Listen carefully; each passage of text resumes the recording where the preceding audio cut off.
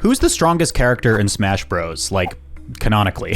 It's not one of the game's many sword fighters or legendary heroes or terrifying villains. It's actually Kirby, the little pink puffball who can split planets with a single blow. Sakurai all but confirmed that in Ultimate's World of Light, where Kirby was the only one who managed to escape Galeem's annihilation at the start of the game's story mode. Unfortunately for Kirby, that hasn't really been reflected in his competitive strength. He was really strong in Smash 64, eclipsed only by Pikachu on the game's tier list. His 5 jumps gave him an excellent recovery in a game limited by the absence of side specials, and he had an incredible combo game thanks to his amazing tilts, this tilt is and aerials. Despite his size, Kirby had pretty great range and enough kill power to make every hit count. But ever since then, Kirby has been pretty cursed or doomed to a low tier life. Today, I'm going to talk about Kirby and the rest of Smash's most cursed characters. Characters who have been cursed for their hubris after one really strong appearance, or worse, one character who has never been good at all. Also, yeah, I wear glasses now. Hey, thanks so much to Delete Me for sponsoring today's video. So it turns out it is apparently completely legal for data brokers to collect and sell your personal information. I recently looked myself up because I have this incredible, insufferable ego, and name searching is my version of trauma dumping, and yeah, more of my personal information is out there than I'd like to give away. If you're someone who's even a little bit public facing like me, your favorite YouTuber Smashy Bros guy, that can be a really scary thing. Doxing's also like a legitimate real problem in this space, and it doesn't take all that much for someone to find out way more about you than you may like. Delete Me is a hands-free subscription service that submits requests to remove your personal information from hundreds of data broker sites. You sign up, fill out your profile, and their team, who are real people by the way, go out and scrub your data from these sites on your behalf. One thing I really do appreciate about this service is that Delete Me actually verifies your data is on a site before submitting a removal request. That might sound like really freaking obvious, but a lot of other services just blast out these requests blindly, which can actually re-expose your data to brokers that didn't even have it in the first place. So if you're interested in making your personal data yours again, you can get 20% off using my discount code TURNDOWN at checkout, or go to joindeleteme.com/turndown, or scan the QR code you see on your screen right here. Thanks again to Delete Me for supporting the channel, and I hope you enjoy today's video.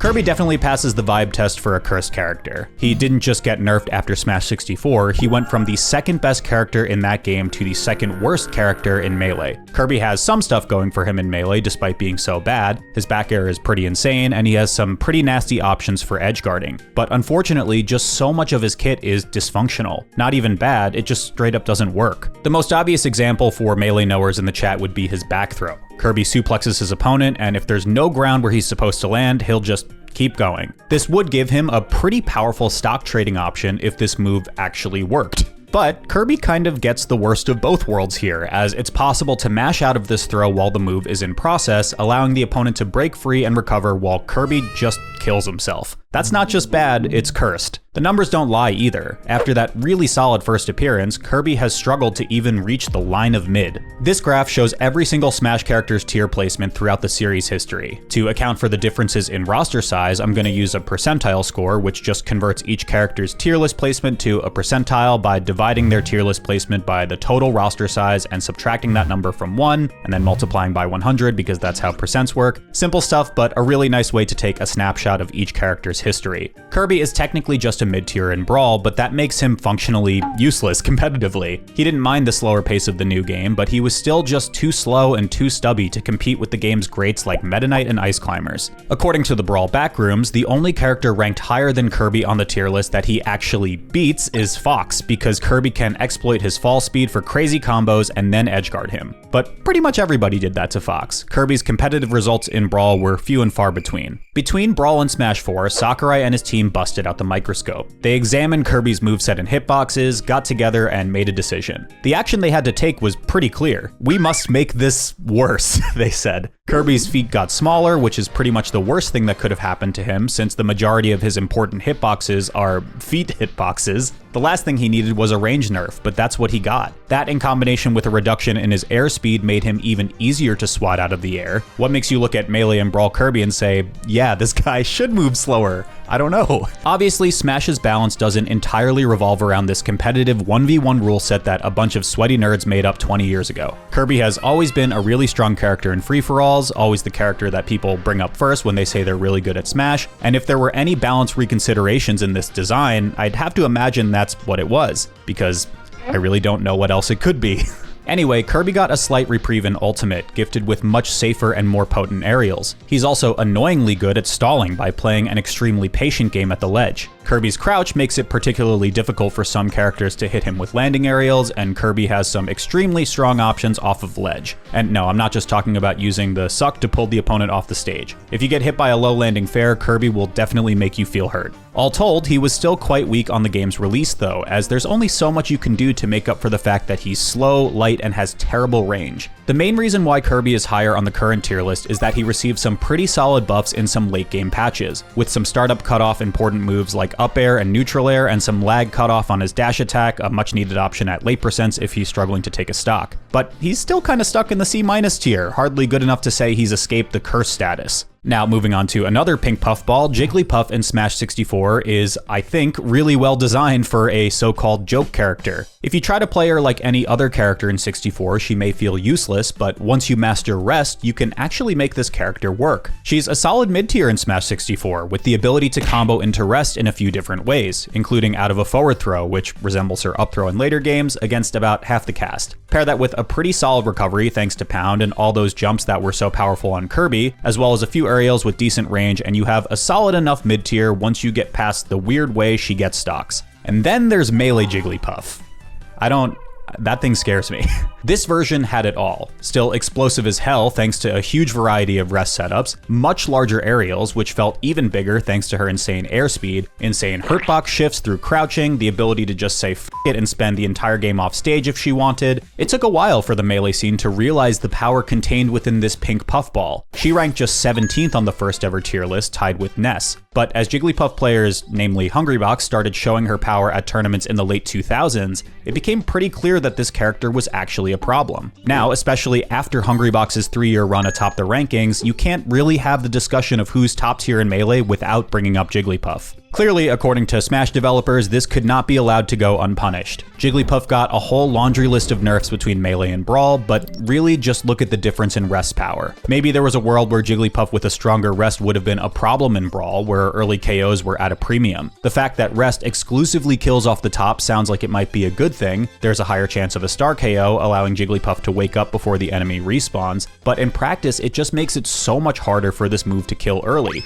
which, you know, is kind of the whole point. That's the point of the move. It didn't help that most of the combo setups into Rest that worked in Melee were killed in Brawl. In a war of attrition, you really don't want to be the lightest character, and Rest just wasn't doing enough heavy lifting to fight against that problem. Rest had a good amount of power restored to it in Smash 4, and Jigglypuff had a much easier time of comboing into it as well as off of moves like falling up air and weak forward air. So was that enough to lift the curse?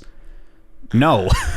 Not even a 2-stock competitive meta and the fear that a character designed around early kills like Jigglypuff's Rest could do that. One other reason Jigglypuff is great in Melee is because her edgeguard game is so menacing. The combination of limited recoveries and hoggable ledges meant that Jigglypuff usually just had to go out there and tap opponents a single time to take a stock. Smash 4 both saw recoveries get substantially better across the board and saw the removal of hoggable ledges. Now it was both harder to convert those edgeguards into stocks, and thanks to ledge trumping, failure could even lead to a pretty free reversal. Jigglypuff also despised the addition of Rage, a mechanic that increased damage and knockback dealt as characters took damage. This was sort of meant to be a comeback mechanic, but Jigglypuff never really got to use it because she usually died well before 150, where the Rage multiplier maxed out. If anything, she would fail to hit a rest setup, the opponent would live past the window where rest setups even worked, and she would struggle to take a kill all while the opponent stacked up Rage, which could then be used to take another stock even earlier. And that would basically be every Jigglypuff's game. Smash Ultimate gave Jigglypuff her airspeed back. That buff hasn't resurrected the Eldritch being that was Melee Puff by any means, but she's at least found a place in the competitive meta for the first time in 2 decades. The higher damage environment of Ultimate made her rest setups even more potent, and the character surrounding the rest became quite a bit better. Her forward throw could be absolutely devastating against characters with weak recoveries, as it sends at a very flat angle and has a lot of knockback even at low percents, which allows Jigglypuff to follow it out with her excellent aerials, often forcing opponents to guess right once or even twice to earn their way back onto stage. Jigglypuff still has a lot of the same problems her Brawl and Smash 4 versions had though. Her ground game is still pretty bad, and against characters who have good enough recoveries to deal with the forward throw check, her throws are pretty much useless. She gets swatted out of the air by Swordies and other characters with big spammable hitboxes, she's still insanely light and still hates the rage mechanic. Despite her best efforts, she just couldn't outrun the curse either. I think there's one other character who probably belongs with the Puffballs in a category I would describe as punished for their hubris, except it's particularly sad in the case of Ganondorf, who was never as good as either 64 Kirby or Melee Puff. Ganon was merely fine in Melee, an insanely powerful beatstick who struggles with getting comboed really easily and with catching up to faster opponents. He's a Captain Falcon clone, and he's easily the worst of the pair. He's even cursed when he's good. That said, Ganon was actually in a really good place in the early meta, where his ridiculously powerful attacks and aerials allowed him to take advantage of players who hadn't yet mastered Melee's deep bag of movement and other tech tricks. But the game's meta development has definitely hurt him, with smaller and faster characters being much better at maneuvering around his hits and making him pay if he ever whiffs. It doesn't really matter that he fell from a peak of 8th to his current spot of 14th on the Melee tier list though. It's still the best Ganon has ever been in a Smash game, and it's not particularly close. The crazy thing for him is that the nerfs kind of started before programming on Brawl even began. The PAL version of Melee, made for play on European consoles and TVs, included a couple of pretty significant nerfs to Ganondorf, reducing the size and kill power of his forward air, which is basically a central move to his kit. His down air also got a little bit of that, as if it wasn't enough. But the crux of all of this is Brawl. There's an argument to be made that Ganondorf in Brawl is the single worst character in Smash, like the series, history. That's partially just because of how bad every single low tier in Brawl was compared to the monstrosities that were Meta Knight and Ice Climbers, but Ganondorf was truly a horrendous character. As I talked about in another recent video, he did at least have an insane auto-cancelable down air, but that's pretty much the only thing this character had going for him. He had all the same weaknesses, but his power was also toned down, and it's just like, what's the point at that point? Smash 4 Ganondorf is actually quite a bit better. When he does hit you, you properly feel something. His up smash has deceptively low lag, allowing it to function as a baiting tool. Opponents would assume it's punishable because haha Ganon, and then they'd eat a forward tilt or a down tilt or another up smash to the face when they'd run in. And Ganon's tilts could really make you pay too, killing around 100% if not earlier, especially against characters with poor recoveries who hated the low angle on Ganon's forward tilt. But he was still slow, still got destroyed by disjoints and projectiles, and still had one of the most exploitable recoveries in the game. And so all that really managed to do was elevate him to third worst in the game over Zelda and Jigglypuff. For the record, he's probably also better than at least one of the default Miis, but they weren't included in this tier list because they were banned in most competitive tournaments, but you know, gotta take what you can get when you're cursed. Again, Ultimate's version of Ganondorf was a clear improvement over the previous iteration, and not just because he finally got a sword. The problem is, most of those buffs went into areas where Ganon was already strong. Some moves got stronger, like his dash attack and both his up and down specials, but strong moves weren't really the missing piece for Smash 4's Ganondorf. He still struggled to approach, couldn't catch fast characters who gained a lead, and still had one of the most exploitable recoveries in the game. As a result, even though this version of Ganondorf is pretty clearly stronger in a vacuum, he's still dead last on the Ultimate tier list, even behind Little Mac. I think you can pretty cleanly make an argument that Ultimate's Ganondorf is the best of the three post-Melee Ganons despite that, as the low-tier characters in Ultimate are much stronger against most of the meta than Brawls or Smash 4s. There were a few players who made Ganondorf work, top players using him as a surprise counterpick, or just strong, dedicated Ganon players, and that's an improvement over where he was in the prior two games. But there are simply too many characters who win by hitting him off stage once, edgeguarding him, and then running away for the rest of the game. And unfortunately, for the hubris of being kinda sorta decent in the first release of Melee, that's the curse Ganondorf receives. There's two more cursed characters I want to talk about, and they're the ones who never even got to be good. At least Ganondorf was sorta like high tier for a while in Melee, but Link? Perhaps Link was always destined to be somewhat cursed in Smash. He's a character who needs special items just to jump in his own games after all. His complete lack of hops has defined his design ever since Smash 64, and despite the incredible creativity that Link players throughout the decades have shown, with stuff like his hookshot and bombs, he's never quite been able to overcome his terrible recoveries. You'll occasionally see high-level Link play deep in Smash 64 brackets, but that's usually because of players like Isaiah who can play whoever the hell they want and win. While his item play with his bombs can be really really good and he hits like a truck sometimes, Smash 64 Link's pitiful jump and up B distance make him the easiest character in the game to edgeguard,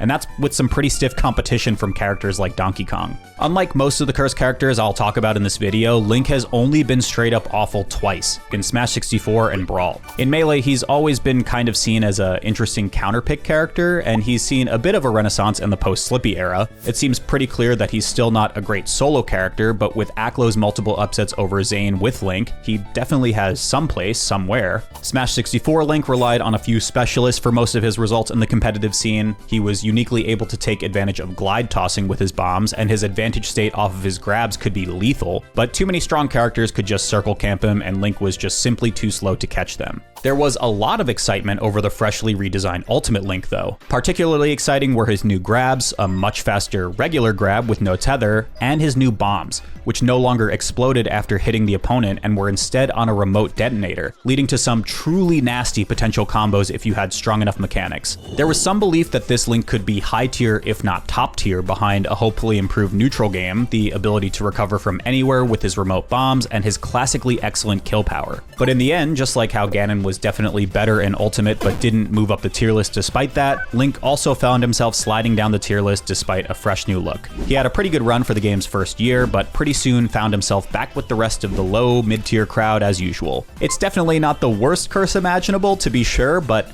want to know what makes things just a little bit worse? Link has shared the Smash series with another Link in each of the past 4 Smash titles, Young Link in Melee and Ultimate, and Toon Link ever since Brawl. And every single time, Big Link is the worst Link.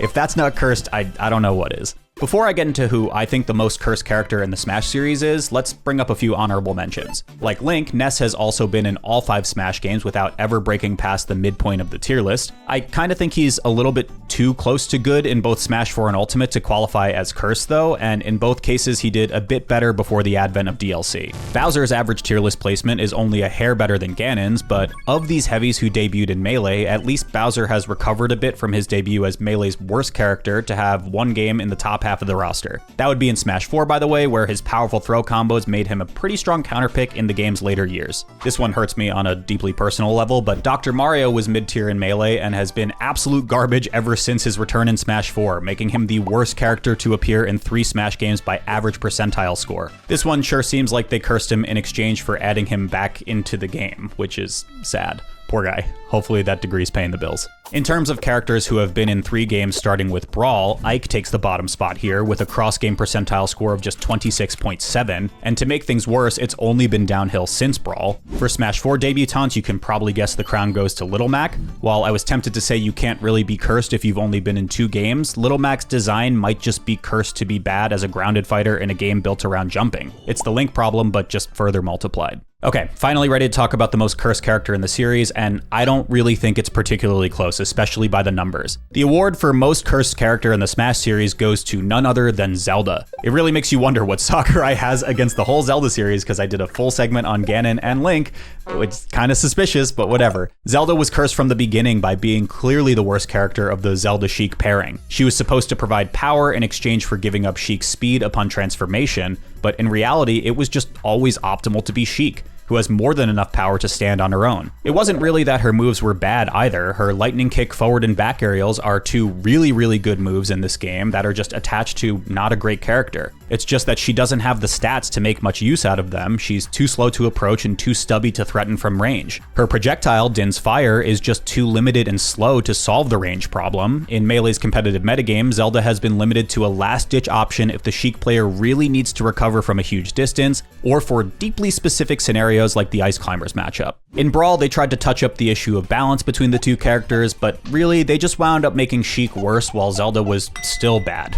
They gave Zelda a few power buffs to try to compensate, but the system changes like hit stun canceling made it even harder for her to combo into her slow but powerful moves, and she became even more inconsistent at finding stocks as a result. Up air and the lightning kicks were fearsome, but she had no speed and no range to actually force you into a situation where you'd get hit by them that often. Smash 4 finally separated Sheik and Zelda as individual characters, but it was really more of the same. Zelda was still too slow and had too unreliable of hitboxes to take advantage of the latent power in her kit against players with solid defenses. To make matters worse, the new down specials that replaced the old transform in the Zelda Sheik moveset just widened the gap between the two characters. Bouncing Fish, Sheik's new down special, was an incredible move. It gave her access to a whole new set of kill confirms and made her already excellent recovery even better. Meanwhile, Phantom Slash, Zelda's new down special, was not that good of a move. It required way too much charge before it reached its final state, and it often left her a sitting duck while she waited for it to charge up. Ultimate brought Zelda and Sheik much closer together on the tier list, but only because Sheik got nerfed into the ground, losing a ton of her power and kill confirms she had from Smash 4. Zelda received some pretty substantial upgrades, most notably Phantom Slash becoming a much better move with buffs at pretty much every state of charging, and some pretty terrifying kill options like up tilt into up air, but you've already heard this story already, I did another video on it. And everybody got better in Smash Ultimate. That wasn't enough for Zelda to make too much of a charge up the tier list. In fact, she was kind of still worse than the new Sheik who hit like a wet noodle, which should be saying something. It's a shame really. It feels like Zelda has been paying for the sins of being attached to melee Sheik for 25 years now. Despite all their attempts, this idea of a slow, low-range, high-power magic fighter just hasn't really come together for Zelda. If she's gonna escape this curse, she probably needs a complete moveset overhaul. She at least has some new material to work with thanks to 2024's Legend of Zelda Echoes of Wisdom, so maybe we'll see her destroying opponents by crafting beds in Smash 6. But until then, it's pretty clear that by the numbers, Zelda takes the unfortunate crown of Smash's most cursed character. If you thought we missed anyone or think someone else should take this list or whatever, and it's CTA time. Yeah, I'm making you write a comment. Write a comment. Woo, video's over. Okay, bye.